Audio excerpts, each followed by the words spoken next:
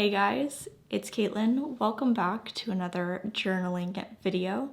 Today's video, I'm going to be bringing you along with me as I kind of recap and review my planner system for this year, as well as kind of set the intentions for what I want my analog system to be for next year. In my last video, I actually did a flip through of all the different journals I used last year. So if you want to know about the books that I'll be talking about and referencing as I go through this video where I'm doing a bunch of exercises and reviews, I'd recommend checking out that video first. And then the next one that will be coming after this one this week is going to be the actual 2024 lineup, and that will be based off of all of the groundwork I do in this video and the different exercises that I do to identify what my actual needs are for my analog system next year. So that is the plan. That is my kind of, I guess, end of year lineup series that I have planned out, and today we're just going to focus on kind of reviewing the system. What did we learn? What worked? What didn't work? And what do we want for next year? So I'm going to take you through everything that I'll be doing right now to kind of get ready and figure out what my needs and wants are for next year, and hopefully my process will be helpful if you're looking to kind of do something similar for yourself to figure out what planners and journals you want to use next year. So let's just get into it. For this video, I'm going to be writing my review on this insert that I have here, and I'm going to be using a pen. Very simple, but I'm just going to be using this. This is a Hobonichi memo book in the A6 size, which I cut down, and I'm just going to open this to a blank page and go ahead and use this for my review. This is kind of like a hint at 2024 planner system, but I'm not going to talk about it right now. So I will be using this book for this review though, just to write down my review so that I have my notes somewhere I can reference them later. So that's what I'm going to be using for my review, and I'll briefly go over the actual kind of process that I'll be taking in this video. So I've broken my reflection into 3 key steps. So we have step 1, which is going to be auditing my 2023 journals. Step 2, we're going to do a mental inventory of my analog system from the previous year. And then step 3 is going to be actually looking to 2024 and setting intentions for the next year and next year's analog system. So I'm going to be going over each of those steps today, and we'll be working through it together, but that is kind of the high-level overview of what my process is for this year for figuring out my 2024 journaling system. So let's just jump in and talk about the audit of the 2023 journals. And when I say audit, what I mean is this is where I sat down before. I didn't do it right now. I did do this like a couple days ago. I sat down with all of my journals and I flipped through all of them just to get a reminder of how my journals changed over the year, what journals I used over the year, how long I used each journal before I maybe switched to a different one. If you have a YouTube channel, this is a lot easier because I was able to just watch my old videos, and I'll actually bring out this notebook. This is the space where I actually recorded notes about the different things that I observed. So I would write down the different journals I had and how long I had them in this book. And then what you can see here are just different observations that I jotted down as I was watching the video. So just kind of thoughts that came to my head as I was flipping through my journals and looking through my old system. So not really in a like reflection state, more just kind of jotting things down that kind of came to mind that I thought were interesting, or like a trend I was seeing as I was going through my books. And throughout this audit, I wrote down a couple observations just to give you an idea of what they were. Things like my handwriting was really big and spaced out at the beginning of the year. I feel like this year my handwriting changed a lot, not relevant to my journals, but just something interesting I noticed. I noticed that a deal breaker that kept happening for me for my memory keeping book, or the book that I journal about my life in, was that I found that I would be writing a lot, but then when I was looking back on it, I would just look at the pictures and not actually read the writing. Something else I noticed, oh yeah, I changed my system by mid-January that I set up in the beginning of January, and I literally wrote here, LOL, what the heck? That was definitely a theme. Sometimes I would be looking back on my old videos and I'd be like, what is going on? This is really chaotic. Oh, what is happening?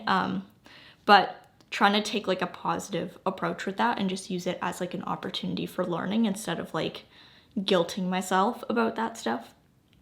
Let's see. Longest time in one book was 2 months. I'm not proud of that. And that's something I really want to focus on changing next year. Theme, mixing memory keeping and planning in one book didn't last long. Theme, lots of hopping around with memory keeper / archive notebook. Theme, by February, I'd combined my personal and work planning into one book. So hopefully that gives you an idea of just the rough notes I took, just general things that I noticed as I flipped through my different books. And again, if you do want to see the books I'm referencing with these notes, I do have that video recorded and posted on the channel. But that's what I did in terms of the audit of the books, the actual reviewing and flipping through and parsing through the old books from the year. So that was the first phase I did. And now we're going to go into phase 2, which involves some writing, which is going to be reviewing my analog system for 2023 and reflecting on the system as a whole. So I'm going to go ahead and create a title just so that I have this so it's easy to reference, and then I'll zoom you in and we can talk about this more.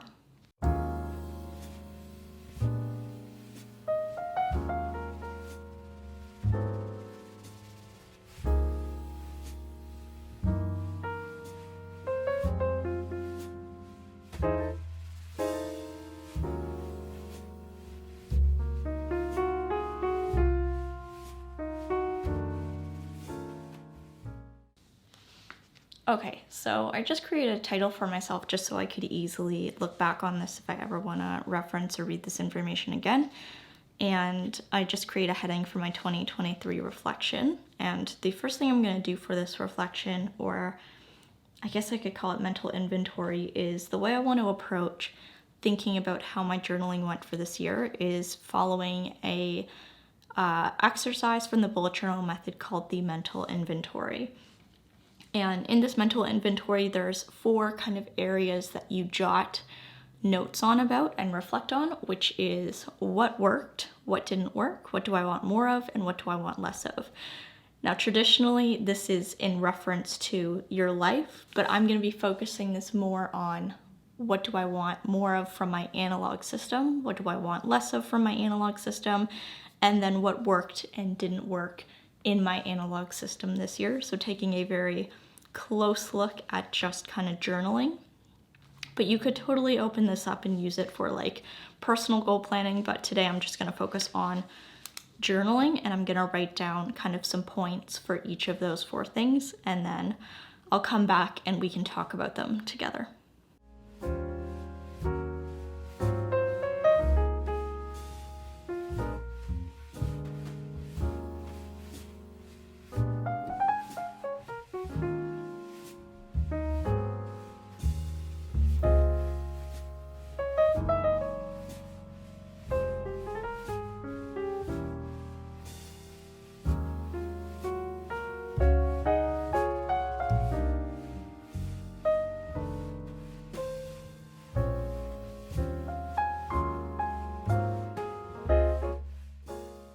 Okay, so I've gone ahead and filled out the reflection for my analog system for the previous year. So I'll take you through briefly the things I wrote in the different sections, starting with the worked section. So for me this year, a couple things did work in my journaling systems, although I will say I feel like this year in general was a bit chaotic for me. I've definitely had better years where my system has been a little more consistent, but this year I found one thing that worked was having one place for planning both my work and personal life.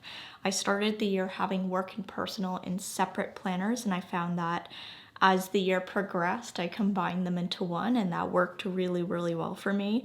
Having things in two places is just too much for my small brain to keep track of. So yeah, one place for planning worked really well. The other thing that worked really well was having really simple pages with just pen and pencil, as you can kind of see here, not going too far out in terms of decoration, just something that works better for me, I've found in my journaling and planning practice. And then having one purpose per journal or planner. So not using a book for both journaling and planning, really having kind of one specific focus for each one.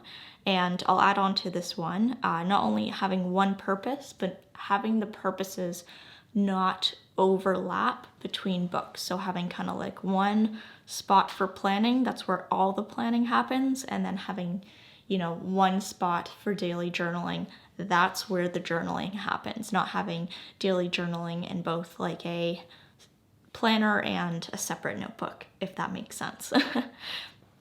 Next, what didn't work this year, so kind of off of the first point, planning and journaling in the same book. This is the kind of thing where I found throughout the year I would combine my planner and journal, and for the first couple weeks it would be really great because it would feel so simple and just like one book to rule them all, one book for everything. And then as I used it, I would find that I would feel limited in certain ways because I was trying to do so many things in one book, and then it led to me eventually having to break them apart again. So definitely keeping multiple things in one book wasn't something that worked really well for me this year at all. Another thing that did not work well for me was unstructured journaling.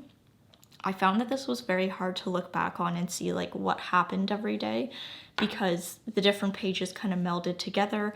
And on that point, while unstructured journaling didn't really work, overly structured journaling also didn't really work for me. I found that with unstructured journaling, there was nowhere to look, but then with overstructured journaling, there was almost too much content to look back on. It was overwhelming, and especially with bigger notebooks like an A5 size, having a kind of full day of writing for each day of the year was just like a lot to look back on. And I found I didn't actually read the entries that much either. So all the time I spent writing wasn't even something I even went back and looked back on at all, which I didn't feel like was the best use of my time because I want to be able to look back on my memories in a very effective way.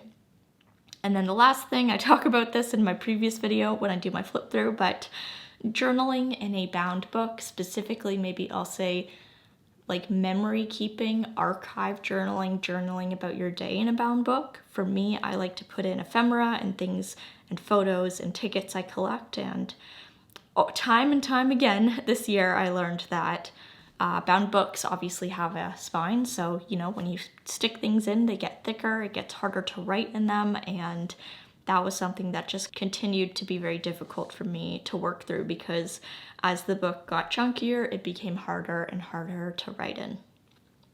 So with those in mind, I wrote down a couple things that I want to do more next year and a couple things I want to do less next year.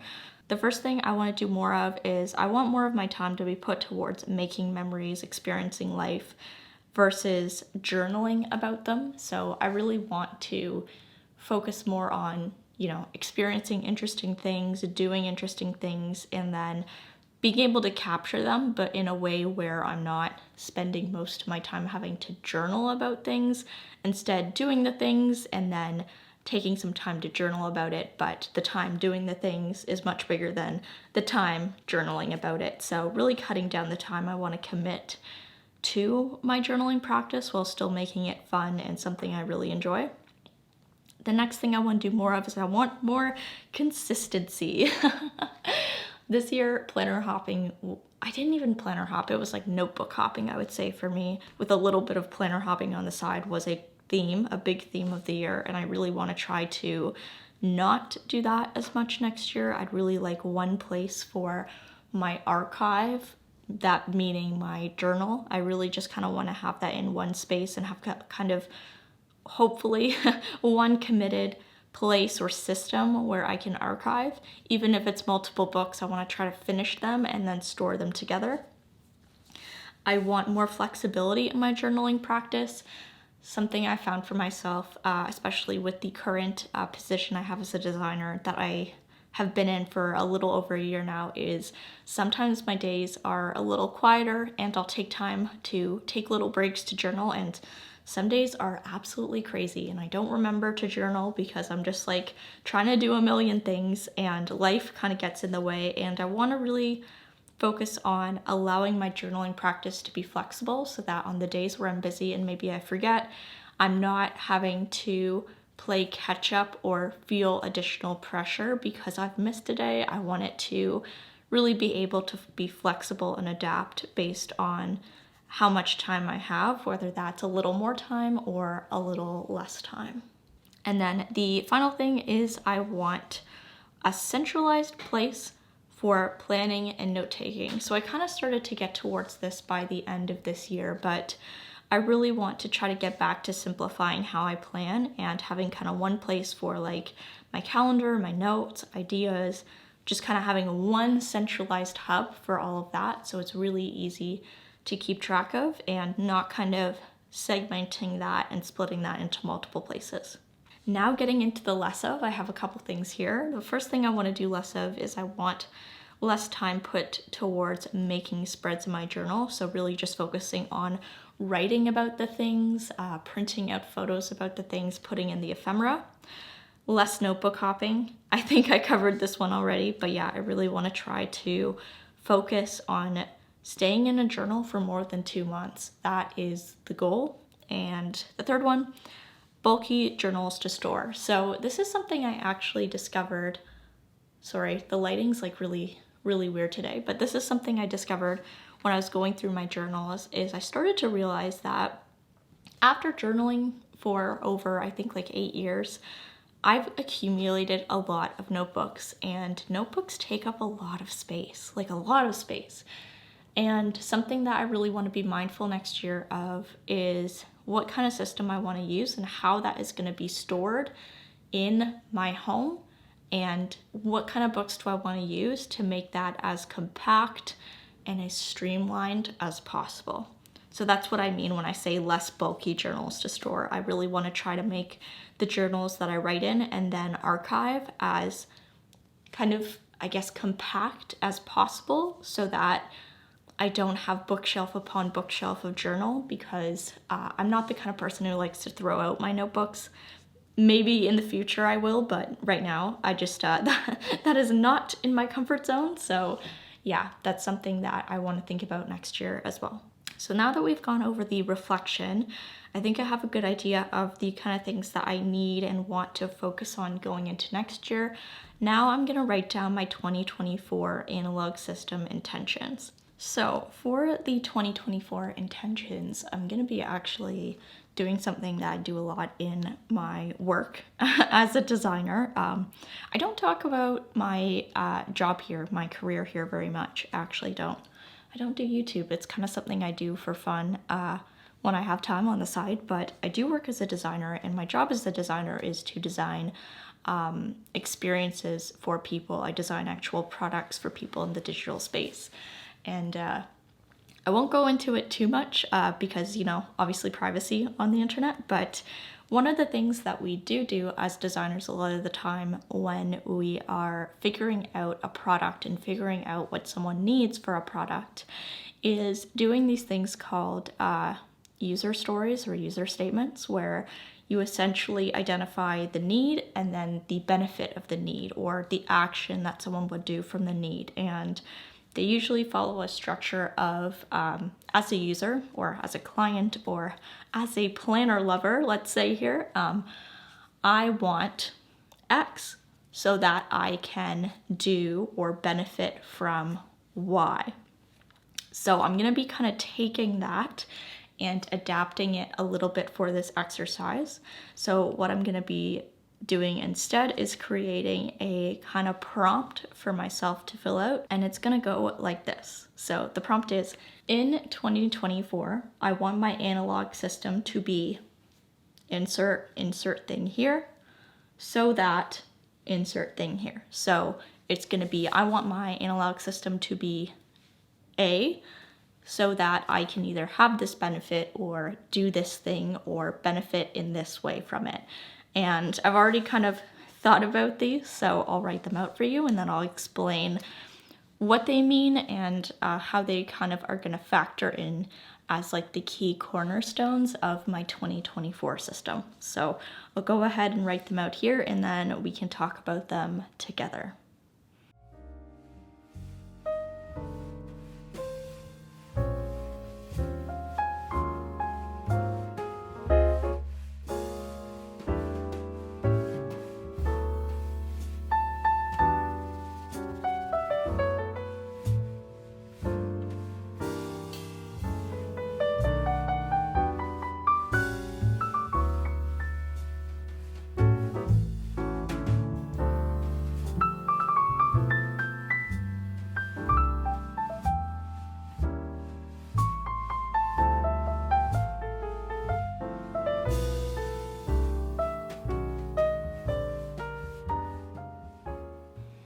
Okay, here we are. It's getting very dark, but I'll go through my intentions quickly so it's not too dark by the end of the video. So the 3 intentions that I wrote for 2024 were, in 2024, I want my analog system to be low time commitment and flexible so that I can focus my time on making memories and easily catch up if I don't journal multiple days in a row. In 2024, I want my analog system to be adaptable and modular so that I can change things up without hopping books and have a consistent archive to look back on. And then my final intention for the year is, in 2024, I want my analog system to be streamlined and easy to store so it doesn't take up too much space in my house. And I just wrote analog system here, but I think this also kind of just applies to overall how I want to kind of look more closely at the stationery that I own, what I'm using, what I'm not using, and maybe just focus on also downsizing my overall collection so that it's easier to store and just focused on the things that I really use. So those are the ones that I filled out. I hope that makes sense. I'll kind of break one down. So I'll break down the last one. In 2024, I want my analog system to be, the first thing is streamlined and easy to store. So that is the need that I have. And then the prompt goes, so it. And then the end of the prompt doesn't take up too much room in my house.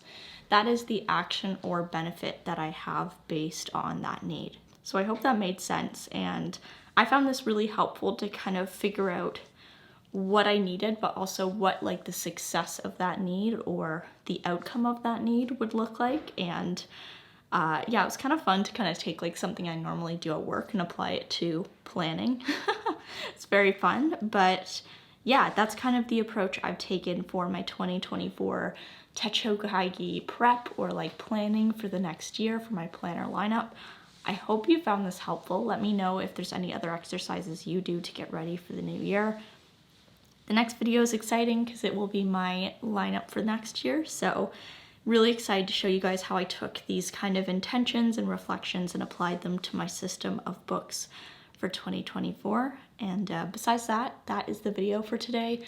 Thank you so much for watching. I hope you're doing well, and I'll see you in the next video. Bye, everybody.